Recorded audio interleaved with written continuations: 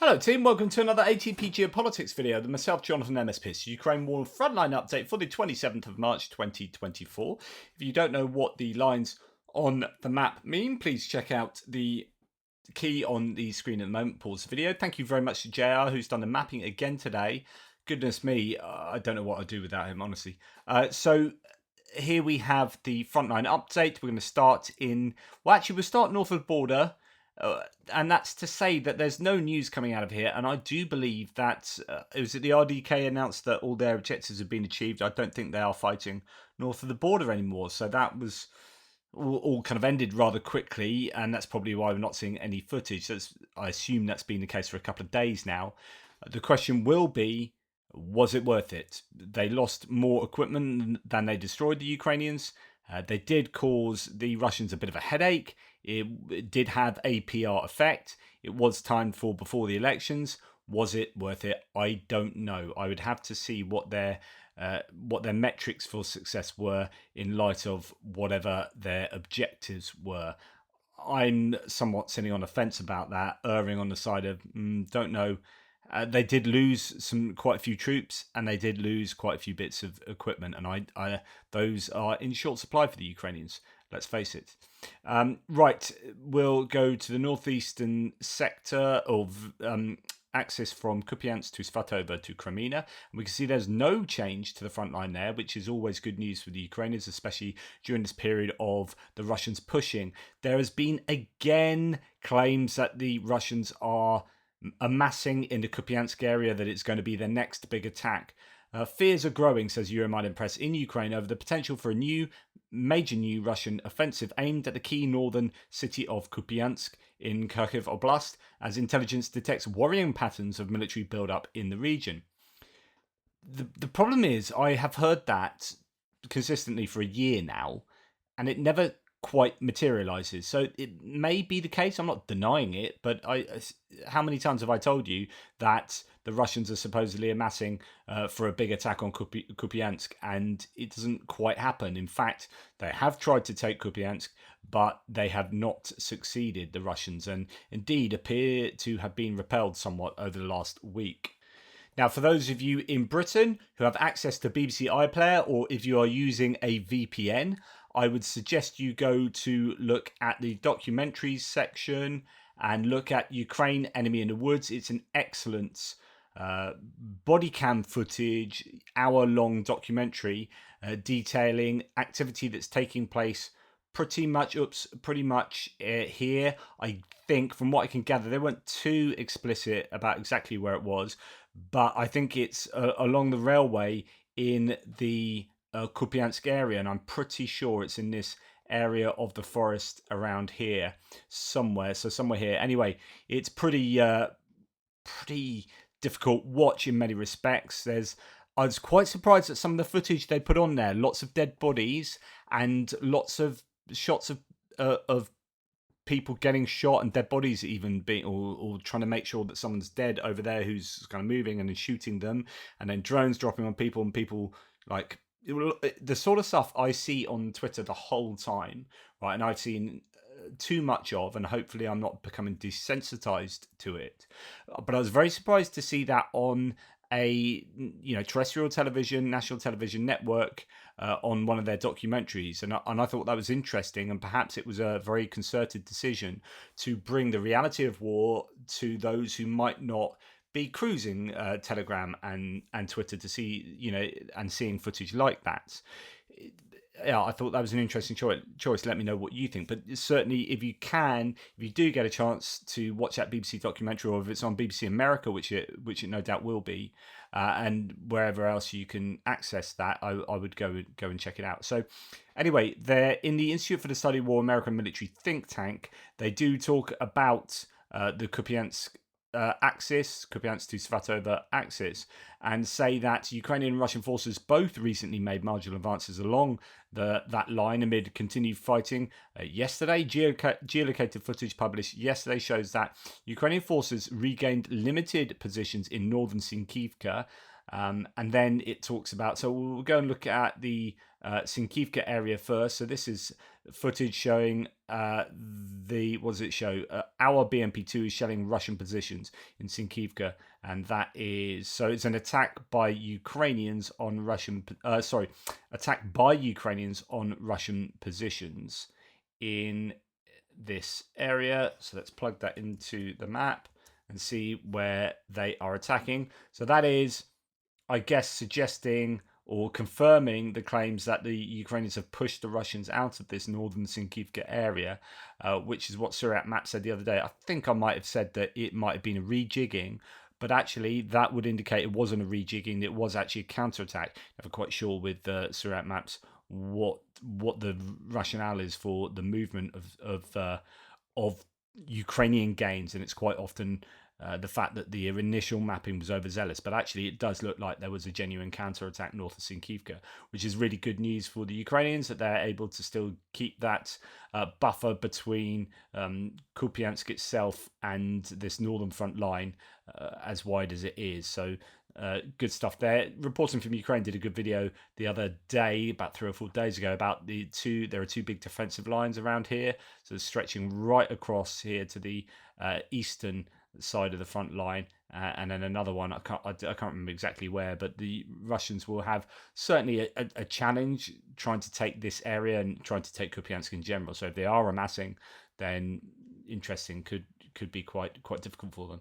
Then as we come down here, the ISW continues that additional geolocated footage published on the 25th, a couple of days ago, shows that Russian forces advanced near a windbreak just east of Terny. Several bloggers claim that Russian forces are advancing towards Terny, and Ukrainian troops are counter-attacking in the area, which is exactly what we have heard. I'll be interested in where this is, because I told you that previously in this salient to the west of Kreminna, we have, particularly here, a couple of areas where the Russians have been attacking, making a few gains up here, making a gain all the way along to almost Terny, and then being counterattacked and pushed back. So I wonder if this is what is happening in this video footage. The 95th Air Assault Brigade of the 12th Azov Brigade repel a Russian assault east of Terny. And the claim was that the Russians did take all that land, and then in the counterattack, the Ukrainians pushed them then further back. So it was just one of those particularly successful counterattacks that allowed them to gain more and more. That's interesting, because that's in the area where the Russians supposedly have taken ground. So this is from 2 days ago. Not 100% sure what this is going to tell us, because the present mapping situation is that the Ukrainians have lost that area. So I don't know, but nonetheless, the Ukrainians are there supposedly hitting Russian positions. We'll see this second geolocation, and that is, just past that, the Russian controlled areas according to Syriac maps. Just seeing if that doesn't say what happens in each of those video points, but nonetheless, there is activity taking place up there, of course. Right, we'll come out of that neck of the woods. Just to let you know, Andrew Perpetua's live stream last night was talking about this area for an awful long time, because here particularly they have really high resolution imagery that they have not been able to previously get. I mean, it costs about $400, I think, for something like this amount of area. And previously in that area, I haven't seen my loss video today, they had something like 96 Russian vehicles have been lost there, and the high resolution imagery has shown to them that there's another something like 52 to add to that.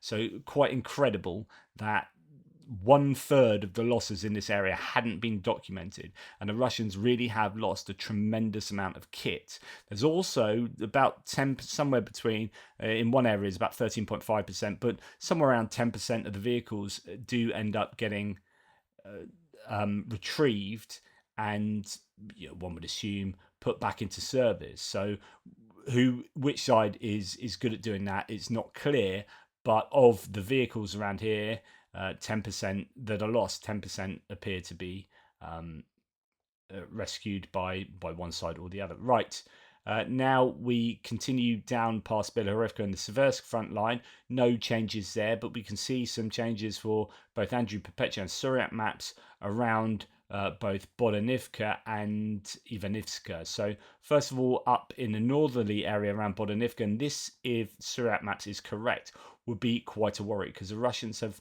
been held up in this town of Bodanivka, that is to the east of Chasiv Yar, and the Russians have been unable to move through there, and in fact were repelled and pushed back in that area some time back. So I think it's fairly significant that the Russians have made some gains there, as according to Suryat map. So now we'll look at their claims. Situation north of Bakhmut. During the last 36 hours, the Russian army entered into new areas inside Bodanivka, reaching the center of the locality following the withdrawal of the Ukrainian army. In addition, Russian troops made small advances in the forest area northwest of it. That is to say, some tiny advances here, just in the trees there, but mainly in the town itself. I think that's a worry. Andrew Perpetua catching up a little bit to what Suryat maps had claimed just north of Ivaniska in this area before you get to the high ground, or as it starts kind of going up really. So that's the high ground that the Ukrainians would really like to keep control of, because I think it gives the side that controls a high area the ability to shoot down below on Ivaniska, and just before you get there and as it starts rising, this is where Andrew Perpetua has extended Russian control, but still not in agreement with what Suryat maps has, which is the whole of Ivaniska under the Russian control. So whether that will eventually happen, and then Suryat maps says, "Hey, look, I told you I was right," and I think that's a bit problematic, or not, I don't know. Maybe the Russians will be pegged back there. But when you speak to people like Greg Terry, and he speaks to the battalion commander from Chasiv Yar, the general understanding is from the troops on the ground there that this area will all be ceded to the Russians at some point. The question is just when. They feel, it appears, unable to hold on to that given the lack of boots on the ground, the lack of equipment, ammunition, and what have you. Now, according to this, a Russian attack has been repelled and Russian equipment destroyed, and enemy personnel, Russian personnel, killed as well, east of the village of Bodanivka. Now, I'm going to just refresh this to get the proper rendition of these. Oops, there we go. Coordinates. So let's go and see. You have to go and watch these videos. Unfortunately, I can't show you the videos, or fortunately, I guess, because they are a bit inappropriate for YouTube. So let's plug a couple of these in to see what they turn up. And that's interesting, because that is right back there. So I don't think that shows particularly that there has been advances for the Ukrainians, or for the Russians. Let's put another one in. We'll do 3 of these and then move on. And that is the second one. So this is repelling Russian attacks. Of course, we need to know exactly when this was recorded. Yeah, not too far away from there either. Still quite far behind the present Russian lines. And this is the 23rd. So again, yeah, it's a little bit out of date.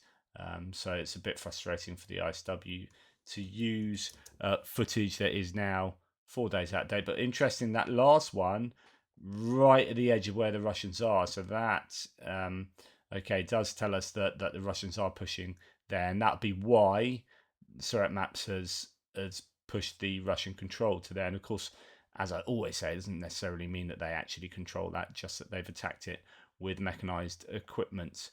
Right, in the meantime, let's now move out of there. So, yeah, that's what's happening in Bakhmut. The ISW says Russian forces recently made a confirmed marginal advance near Bakhmut and continued positional engagements there.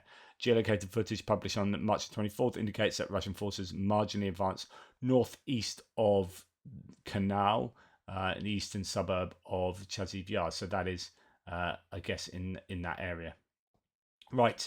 Okay, we'll come down from Bakhmut, past Klishchivka and Kurdyivka, and onto the Avdiivka front, where the Russians are making some gains, and this particularly worries me. I've talked about this plenty enough for you. You've got higher ground to the west of the river here, and you've got the river itself presenting a natural barrier for the Russians, and so the Russians will move up to the river and will stop there. And the easiest way for the Russians to get around the problem of the river is to come in from the north. So if we look here, I will just draw, that's what they're going to do.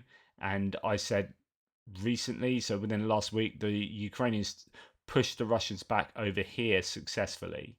But you've got the railway line coming up here and no river to contend with.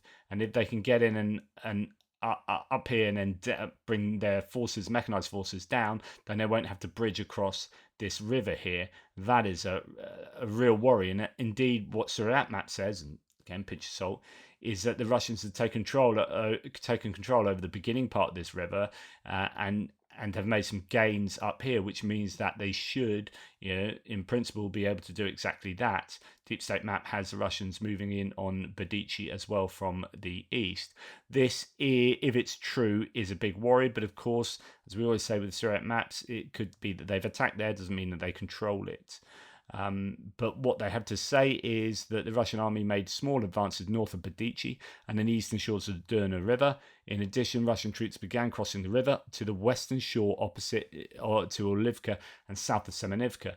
And if that is true, then you really do have an issue here. So the idea is that the Russians could be pushing across in Avdiivka, across this river area, and also around Semenivka. So yeah, that would be definitely a challenge for the Ukrainians, because then it's a case of moving back to what will be more substantial, dug-in defences further to the west, closer to Pokrovsk. But yeah, you would really want them to be able to hold the Russians out for as long as possible in this area. So we have to see how that develops.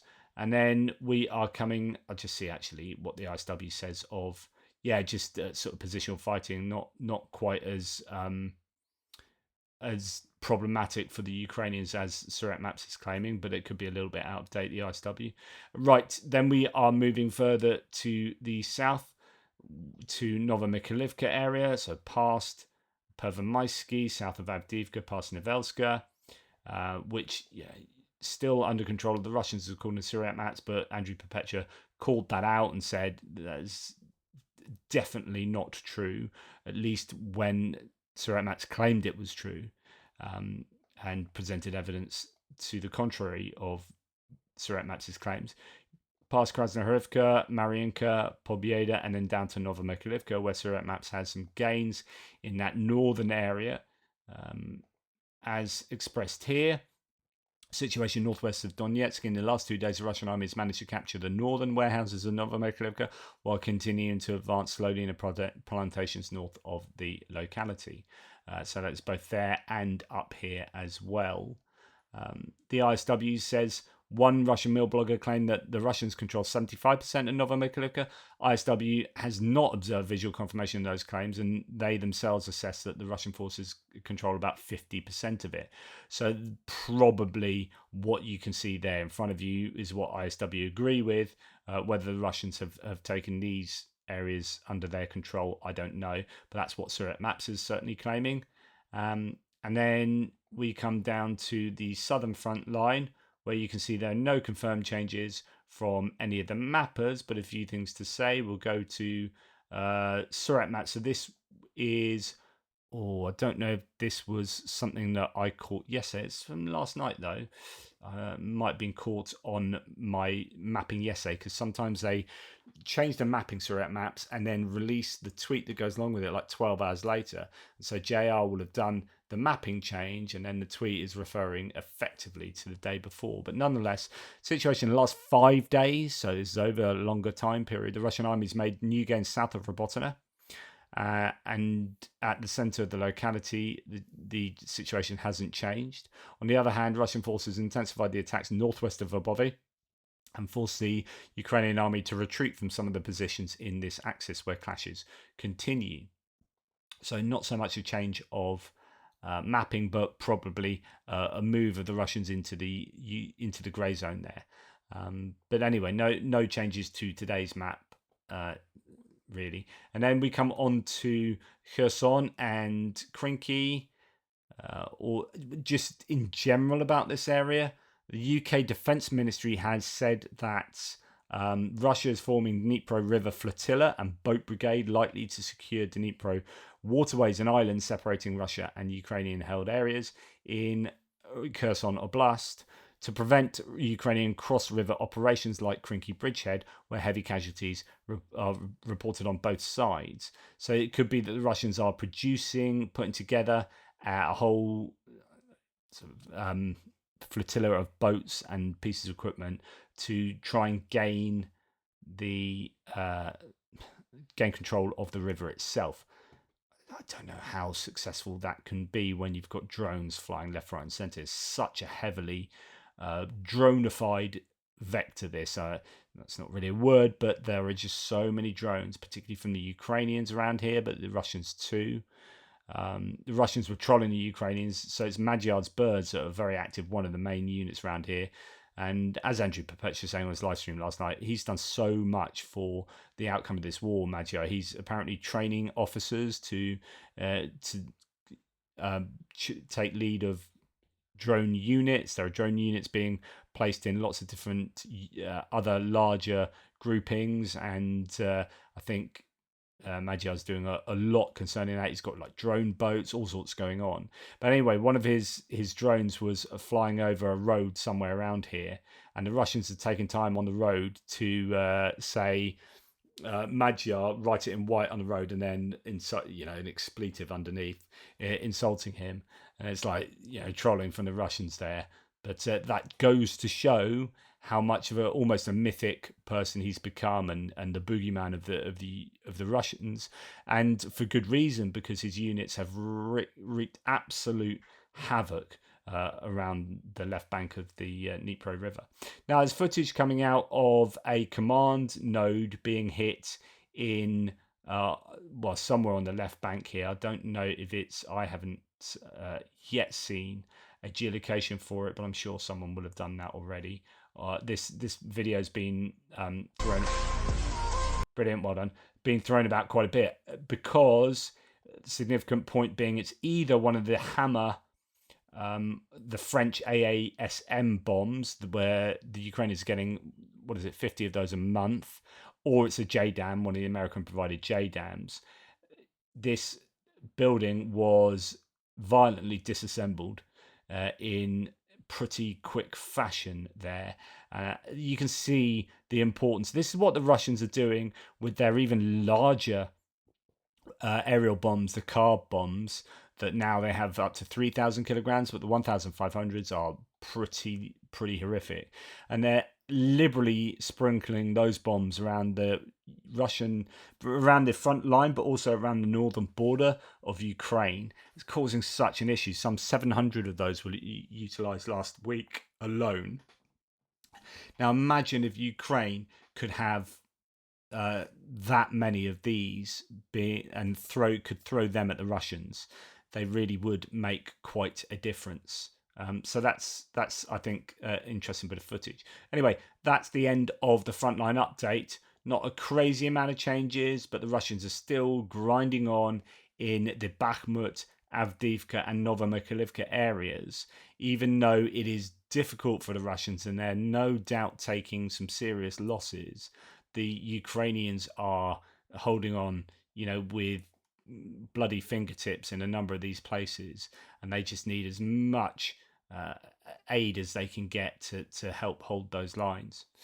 But it's not the end of the world if they do lose area around here, when you see the size of it compared to Ukraine. And so don't get all sort of moribund about these small fields here and there, when the larger picture is is very different by point of fact that Russia aren't realistically going to be taking land all the way to Transnistria, aren't going to be taking land all the way to Odessa, or if they are going to do that, my goodness, they'd have to mobilize an awful lot of people. I'm not saying that's not going to happen, but when they do, or if they do, are they going to be able to train them and equip them enough to do these large maneuvers? I don't know. So the Russians will be grinding on here and there, but hopefully from a Ukrainian point of view, hopefully at quite a cost. Thanks for watching. Please like, subscribe and share. Take care, and I'll speak to you soon.